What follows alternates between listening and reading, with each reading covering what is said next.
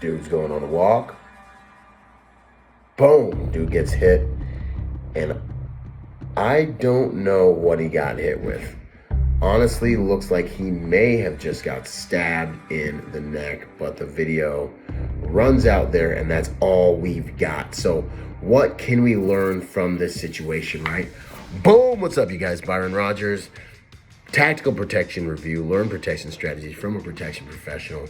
Let's dig into this. Bet you we learned something, even though it's a 17-second video, right? So my man's walking down the street, okay? The first thing I'd say to you is like, how do you see something like this coming? Like, how do you have any idea that as you're walking down the street, boom, that's just about to happen? He definitely stabbed him with some in the neck, right? Like, how do you even see that coming, you know?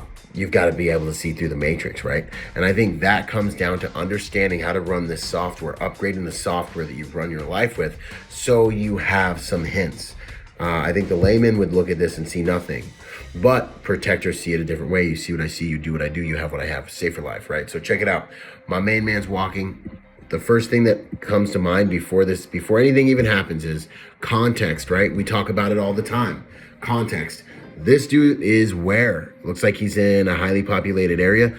It looks like it may even be like not even night, like it might be daytime back there. It looks like that's maybe some sunlight out here. It might be night, but it looks actually there's some car lights on out here. Either way, if it's nighttime, that's even more of an indicator, but it looks like it's actually the middle of the day. If you look up there, you can see some light coming in. But context, where is he right now? He is in an enclosed environment where someone can commit a crime or do something nefarious and not actually be seen. He's in a place of very low accountability. There probably aren't even cameras here. More than likely, someone who attacks you here has already cased to this environment and has been looking for someone to walk into that environment at the right time in order to victimize them. When you are moving through your life, you need to understand how to recognize context. He is in an environment that is ripe for something bad to happen. So he needs to already be on his game as he's coming. So if he's already paying attention to context and he's walking down this alleyway and this guy comes up, he is right about here. The other target indicator for me personally is, where is this guy at in this walkway? Where is this guy at in this walkway? Okay, this dude is dominating the center line of the walkway. This is an extremely dominant act. More than likely, this is an act that says, I get out of my way or I'm coming at you. This is not a passive, congenial, like act that says, I just want to mind my business and do whatever I want to do. I'm trying to like get home and watch Lost or like play Angry Birds on my phone. No.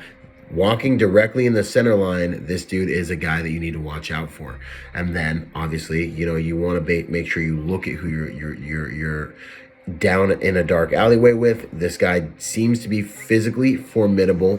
He's not necessarily dressed like the type of person that doesn't want trouble, right? And that's not a racial profiling move. That's a, what do dudes that look like they want trouble wear? I don't know. Let me look at him. You know what I mean? Like, we have to understand that profiling is extremely important, and it is an extremely important survival skill. If you don't understand what the gangsters in your environment look like, you're blind. Like, you should identify those threats and recognize those threats. If you don't know what the terrorists in your environment look like, if you don't understand what someone who's gonna buy your product doesn't look like, if you don't understand what someone who's gonna try to victimize you in any way doesn't look like, or if you're in sales, you understand what I'm talking about. Realistically, if you're sitting in a Starbucks, you should be profiling and paying attention to the different target indicators on every human being that comes across your path. If you're not, you're planning to be a victim. That's the end of it. So you need to be paying attention to who's in your environment. This guy here looks like he doesn't want trouble. I'm sure he sees this guy, but the second this guy gets center line, and the second you realize that you're in an environment where there's a low level of accountability, my man, your hands need to come up. I think he was hoping that nothing would happen until the very last minute he possibly could, but he should have seen this guy by now. He should be uncomfortable walking towards this guy. This is when you either turn around and go right back out, and you use faster than you foo, or if you're gonna pass him because you believe you're formidable enough and you really don't think something's gonna happen, your hands are ready to creep up. Right about here, when you see my man, he doesn't execute this movement very quickly. He cocks all the way back in order to hit this dude. And he's got something in his hand down here, a little white thing. When he cocks all the way back, this is my man's last second to make a move and to block, deflect, or run to get to safety. Unfortunately, he doesn't make that happen, and he gets slashed or stabbed. So what am I telling you guys? Pay attention to context. Pay attention to body language, and pay attention to what people look like in your environment. Those three things could have helped this individual. Actually, it's even simpler than that. It's the exact things I always talk about. Context, where are you and when are you there? What's the crime like there? Tactical positioning. My man here is center line, and the aggressor is center line in this walkway. The good guy, the guy that gets victimized, is to the right, and he's walking exactly the way he's supposed to, while the bad guy is center line. That's tactical positioning.